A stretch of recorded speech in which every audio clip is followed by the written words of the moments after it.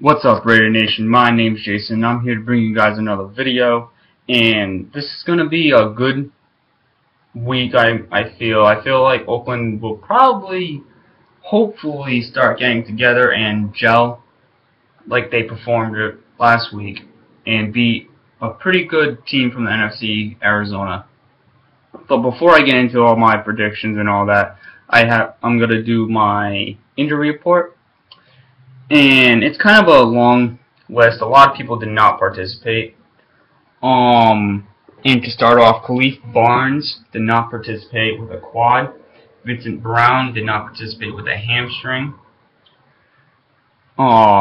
Keith McGill did not participate because of a groin injury. Marcel Reese did not participate because of a quad. And Justin Tuck did not participate because of a knee. And that's pretty annoying. Again, all have to pretty much do with the leg. Everyone, for some reason, people keep hurting their hamstrings, their quad, anything. It's always the leg or the foot or the knee. That's the most common injury to Raiders recently, and it's getting a little frustrating. I don't know why these injuries keep happening, but I really hope this team starts getting healthier and does not get always injured, But my next topic is going to be very brief. Recently, Raider Nation has lost a true die-hard Raider fan known as the Oaktown Pirate. And my deepest condolences goes out to you and your family and friends. I'm from New England, so I didn't know him very well. I didn't know who he was, but I do know that he was a great fan, and from everything I hear, was a great person. So my deepest condolences go out to his family and his friends, and pretty much everyone who was associated with him. So moving on, I'm going to be talking about the keys of victory to win against Arizona. Now, Arizona's offense is struggling a bit, but their defense is not. Their defense is very fast-paced, and pretty strong, especially on the defensive line. So our offense really needs to be aggressive and not miss blocks, because if we cannot run the ball in Arizona, then we are going to have a tough time passing. So that's pretty much one of the most difficult things you want to look out for. And on our defense is our defensive back, safeties, corners, like Terrell Brown and Carlos Rogers, see how they fare. But a good thing is that DJ Hayden came back off injury. So we don't really know his full skill set. He didn't play much, so I don't really know what he can do. But hopefully, he'll probably not start this week, guys. He'll probably need time to look over the playbook and get more practices, get the feel of everything. But overall, our defense is just struggling to stop offenses. We're not bumping people off routes or anything. We are just letting them go right by us, completion after completion, like in San Diego. Against San Diego, Philip Rivers we kept getting pressured, but our coverage was not doing anything. They converted on almost every third down possession they had, and we cannot afford to have that happen against Arizona, because Arizona is a very fast-paced team this year.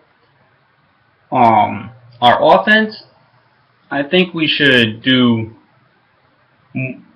give Darren McFadden more runs as much as we can, and then pass it too, because I like what Tony Sparano's been doing with the playbook. He shortened out the plays a little bit. And most of our plays are from the shotgun position, where Derek Carr mostly was at Fresno. So Tony Sparano is putting him in something that can help the team win football games, and hopefully an upset, which I feel there's going to be a lot of upsets this week, but I'll get into that later. Jason Tarver, I don't like what he's doing with the defense. It seems like he's not doing much. He's not blitzing. He didn't blitz much against San Diego, which was very frustrating because you want to get pressure on Philip Rivers, but we did not seem like we blitzed at all. And we really need to start doing that more. And I don't know. It seems like Jason Tarver is more about letting our defensive front get to the quarterback. It's not working. We only have like 2 sacks this year, and that's not good at all. So we need to really dig deep and start blitzing these players. Our run defense isn't necessarily that bad, but last week it was kind of frustrating with, forgot his name. If you guys can bring back memory out and put him in the comments below, but I forgot his name. He was just driving over us. We had a chance to stop him on 3rd down, and he hopped right over the line and ended up being the score of the game, end of the game. But now, I feel like we're going to toughen up a lot more. And Derek Carr will probably, I would not be surprised, attack Patrick Peterson. Because he's been doing that. He's been going after the best corners on everyone's team. He's been going after. And that shows a lot out of Derek Carr and what he can do, and that he's not scared to do anything. If the wide receiver's open, he's going to take that opportunity. He doesn't care who's covering him. And that's a good attitude to have. And hopefully he gets the Raiders the first W of the season and then move on to Cleveland. But now I'm going to get into my predictions. And to start off, it's the Thursday night game, if that happens, against the Jets in New England. And like I said, I feel like there's going to be a lot of upsets this week. And it's going to start off with the Jets beating the Pats at Gillette. I know, it's ridiculous, it's insane, but you never know what can happen. The Patriots could come in thinking, oh, we can run over this team won't do much, and overthink it, and the Jets can pull off an upset against New England. Atlanta and Baltimore, I'm picking Atlanta to win this game. Atlanta's pretty good. They really should start that Antone kid. He's been tearing it up. Thank God I have him for fantasy football because he's been helping me a bit. But Atlanta can probably pull off a pretty good win there. Minnesota and Buffalo, this is not going to be one of those upsets. Buffalo is probably going to come in, smash them in the mouth because of what happened against them when they faced New England. Miami and Chicago. I feel like Miami can pull off this win against Chicago. It's going to be a good game. It's going to be physical. Both defenses are young and fast, so we'll see what happens there. But I'm picking Miami to win it.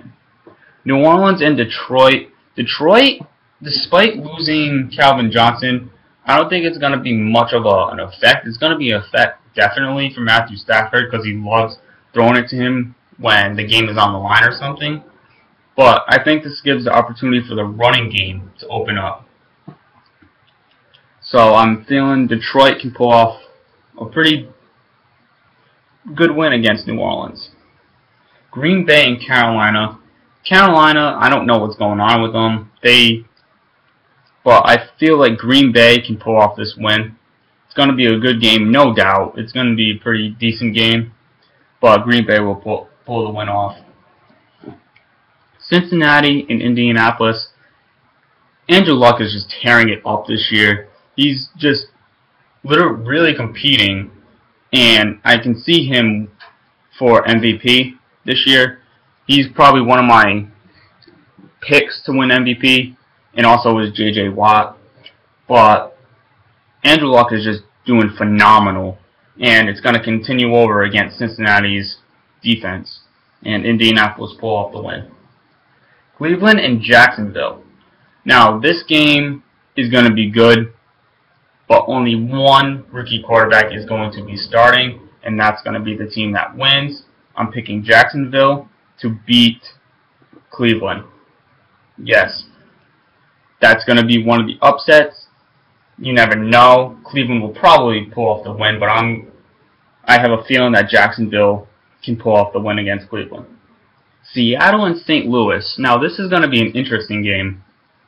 I feel like, for some reason, Seattle does not do well against the run. If you run on them and you're successful, you're going to beat Seattle. Because Seattle, once you have a good 100-yard game, you're most likely going to win. And that's why Dallas most likely won against them, was because DeMarco Murray is just another beast, and he's going to be phenomenal this year. I wouldn't be surprised if he breaks records this year. Tennessee and Washington. I'm picking Washington to win this game, because I'm iffy about Tennessee, so Washington might pull off a win, and Kirk Cousins will finally get another win. San Diego and Kansas City. Kansas City is good too. They're fast, but San Diego is just very tough this year. And not many injuries are happening with them. So I'm going with San Diego to beat Kansas City. The Giants and Dallas. This is going to be another upset. The Giants will beat the Dallas Cowboys and end their winning streak. Call me crazy, but that's just how I feel this week is going to go. A lot of upsets. Another upset that I feel is going to happen. Arizona and Oakland. I feel like Oakland will go in and just play to their even better than they did against San Diego. I feel like Oakland will play very physical. Our defense is going to step up. Our offense is going to be very good too. And it's just going to be very interesting. And I believe Oakland can win this in overtime. 31-28 Raiders. Now, the Sunday night game. Denver against San Francisco. Both teams I despise. But Denver, still very powerful. They're pretty much one of the best teams, if not the best team in the NFL right now. So I'm going to have to go with Denver over San Francisco. Denver's just very good at everything. Their team is very stacked. So I would not be surprised if Denver pulls off the win. And last but not least, Houston and Pittsburgh. And I'm going to pick the Steelers to beat the Houston Texans. Now that's going to be, I don't even know how that game's going to go. It can go from bad to worse, but I think Pittsburgh can pull off the win after being pretty much embarrassed by Cleveland.